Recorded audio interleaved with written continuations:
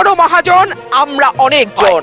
Speaker, আমি আপনার মাধ্যমে আজকে সংসদে আরেকটি কথা বলে যাই। 52% মানুষকে পেছনে ফেলে নতুন বাংলাদেশ রচনার কোনো চিন্তা যদি কেউ করে থাকে, সেটা কখনো সম্ভব না, কোনো দিন সম্ভব না। জাতীয় নাগরিক পার্টি এনসিপিতে যোগ দিয়েছেন ব্রাহ্মণবাড়িয়া 2 আসনের সংসদ সদস্য ও বিএনপির সাবেক নেত্রী ব্যারিস্টার রুমিন ফারহানা। এ নিয়ে কম জল ঘোলা হয়নি, কিন্তু অবশেষে সামনে আসলো আসল সত্য। আপনি বলতেন আমার জনপ্রিয়তা কম, সেজন্য আমি নমিনেশন পাইনি, তাহলে আমি বুঝতে পারতাম।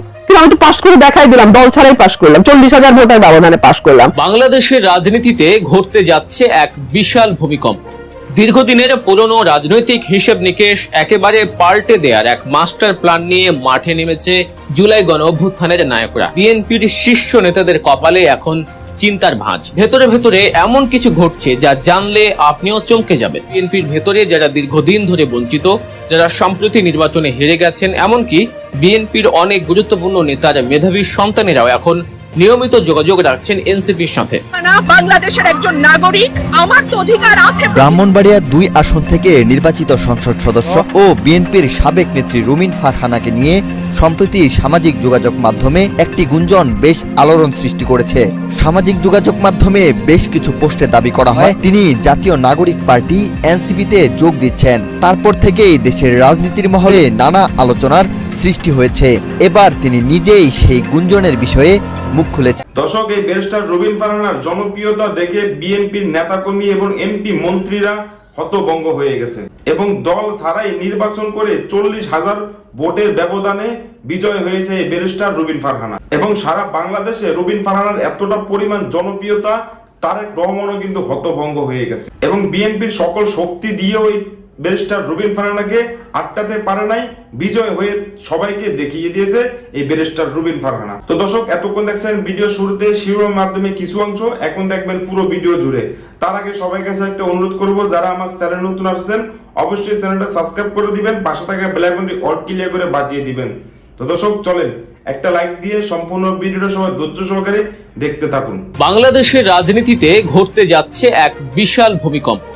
দীর্ঘদিনের পুরনো রাজনৈতিক হিসেব নিকেশ একেবারে পাল্টে দেওয়ার এক মাস্টার প্ল্যান নিয়ে মাঠে নেমেছে জুলাই গণ অভ্যুত্থানের নায়করা। পুরনো রাজনৈতিক দলগুলো, বিশেষ করে বিএনপির শীর্ষ নেতাদের কপালে এখন চিন্তার ভাঁজ। কারণ যে তরুণদের উপর ভর করে দেশে নতুন রাজনৈতিক পটভূমি তৈরি হলো, সেই তরুণেরাই এবার নিজেদের এক বিশাল বিকল্প শক্তি হিসেবে দাঁড় করাচ্ছে।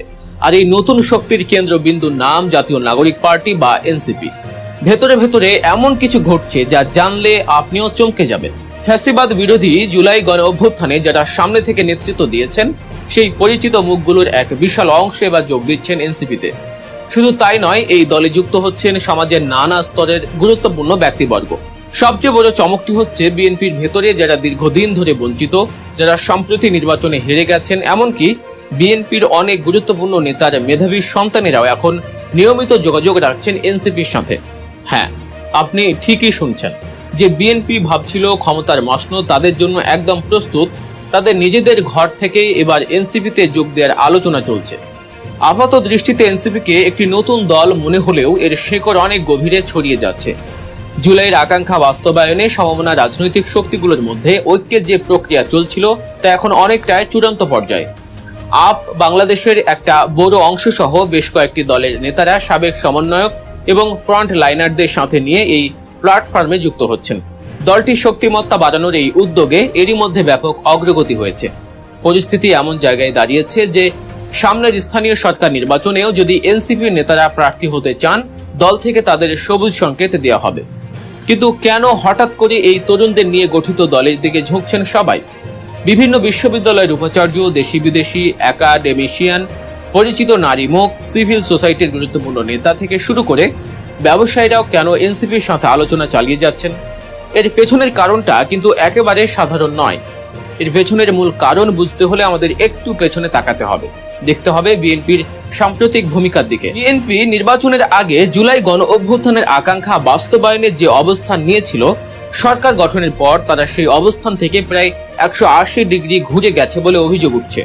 এনসিপির নীতি নির্ধারণী পর্যায়ে নেতারা মনে করছেন সংস্কার বাস্তবায়নে জুলাই সনদের শপথ নেয়ার কথা থাকলেও তারা কৌশলে তা এড়িয়ে গেছে এবং অকার্যকর করার চেষ্টা করছে।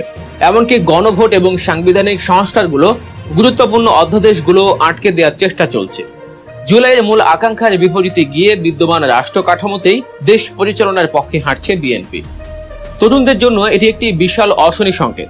তারা বুঝতে পেরেছে এই বিদ্যমান কাঠামোতে দেশ এগোতে থাকলে জুলাইয়ের মূল দাবিগুলো অর্থাৎ রাষ্ট্র সংস্কারের স্বপ্ন পুরোপুরি ভেস্তে যাবে। শুধু তাই নয়, জুলাই শক্তিগুলোর জন্য এটি একটি অস্তিত্বের সংকট এবং চরম নিরাপত্তা ঝুঁকিও তৈরি করছে। এই অবস্থায় ঐক্যবদ্ধ হওয়া ছাড়া তরুণদের আর কোনো বিকল্প নেই। আর এই কারণেই এনসিপি এখন আর কেবল একটি রাজনৈতিক দল নয়, বরং এটি হয়ে উঠছে আগামী রাজনীতির প্রধান বিকল্প শক্তি। ঐক্যের এই প্রক্রিয়াটি বেশ সুদূর প্রসারী। ইউনাইটেড পিপলস বাংলাদেশ বা আপ বাংলাদেশের আহ্বায়ক আলী আহসান জুনাইদ এবং প্রধান সমন্বয়কারী রাফে সালমান রিফাত সহ সংগঠনটির একটি বড় অংশের এনসিপিতে যোগ দেওয়ার আনুষ্ঠানিক ঘোষণা আসতে পারে শিগগিরই। এছাড়া আমার বাংলাদেশ পার্টি বা এবি পার্টির সাথেও এনসিপির ঐক্যের আলোচনা চলছে দীর্ঘদিন ধরে। যদিও দুটি নিবন্ধিত দলের একীভূত হওয়ার প্রক্রিয়ায় নির্বাচন কমিশনের কিছু আইনি ও কাঠামোগত জটিলতা রয়েছে, তবুও শীর্ষ নেতারা আশাবাদী যে এই বাধাগুলো দ্রুতই কেটে যাবে। এপ্রিল মাসেই এনসিপির একটি বড় সাধারণ সভা হওয়ার কথা আছে। দলটির বর্তমান আহ্বায়ক কমিটির মেয়াদ 1 বছর পূর্ণ হওয়ায় এর মেয়াদ আরও 6 মাস বাড়ানো হতে পারে। তবে সবচেয়ে বড় খবর হলো এই সাধারণ সভা থেকেই এনসিপির আকার বিশালভাবে বৃদ্ধি পেতে পারে। প্রায় অর্ধশতাধিক নতুন পরিচিত ও প্রভাবশালী মুখ এই দলে যুক্ত হবেন। একটি শক্তিশালী উপদেষ্টা পরিষদ গঠন করা হবে, যেখানে অনেককে পদায়ন করা হবে। নতুন করে যুক্ত হওয়াদের নিয়ে এনসিপির মূল দলে এবং বিভিন্ন অঙ্গ সংগঠনে নেতৃত্ব ভাগ করে দেওয়া হবে। শুধু দল ভারী করায় নয়, এনসিপি সহ সমমনা দলগুলো নিয়ে যে 11 দলীয় ঐক্যজোট আছে সেটি নিয়ে জুলাই সনদ বাস্তবায়ন, সংস্কার টেকসই করা এবং সংবিধান সংস্কারের ইস্যু নিয়ে যে তালবাহানা চলছে, এর বিরুদ্ধে কি ধরনের কর্মসূচি আসবে তা এই সাধারণ সভাতেই চূড়ান্ত করা হবে। পরিস্থিতি কতটা গম্ভীর তা বোঝা যায় জুলাইয়ের বীর সেনানীদের সাম্প্রতিক বক্তব্য থেকে। জুলাই শহীদ পরিবার ও যোদ্ধাদের নিয়ে আয়োজিত এক মত বিনিময় সভায় এনসিপির আহ্বায়ক নাহিদ ইসলাম অত্যন্ত কড়া ভাষায় একটি বার্তা দিয়েছেন। তিনি পরিষ্কার করে বলেছেন, আমরা আবারও প্রস্তুতি নিচ্ছি, আমরা দলমত নির্বিশেষে ঐক্যবদ্ধ আছি। এটি কোনো দলের বিষয় নয়, এটি বাংলাদেশকে রক্ষা করার বিষয়। আমরাই সবার সামনের সারিতে থাকব, গুলি এলে আগে আমাদের বুকে লাগবে। নাহিদ ইসলামের এই কথাগুলো প্রমাণ করে তরুণরা কোনোভাবেই তাদের রক্তের বিনিময়ে অর্জিত এই বিপ্লবকে বেহাত হতে দেবে না। দর্শক, যেই ব্যারিস্টার রুবিন ফারহানাকে দল থেকে বহিষ্কার করেছে এবং মনোনয়নপত্র দেওয়া হয়নি, সেই ব্যারিস্টার রুবিন ফারহানা কিন্তু 40,000 ভোটের ব্যবধানে বিজয় হয়েছে এবং একজন সংসদ প্রার্থী হয়েছে। এবং এটা দেখেই কিন্তু বিএনপির সকল এমপি, মন্ত্রী, নেতাকর্মীরা হতভম্ব হয়ে গেছে। এবং তাকে দল থেকে বহিষ্কার করার কারণ শুধু একটাই, তিনি অন্যায় প্রতিবাদ করে এবং অন্যায় প্রশ্রয় দেয় না। এবং তার মুখ বন্ধ করতে না পেরে তাকে কিন্তু দল থেকে বহিষ্কার করে দেওয়া হয়েছে। তো দর্শক, আজকে এই পর্যন্ত রইল। পরবর্তী ভিডিও নিয়ে আবারও আসবো আপনাদের সামনে। সবাই ভালো থাকবেন, সুস্থ থাকবেন। সবাইকে আল্লাহ হাফেজ।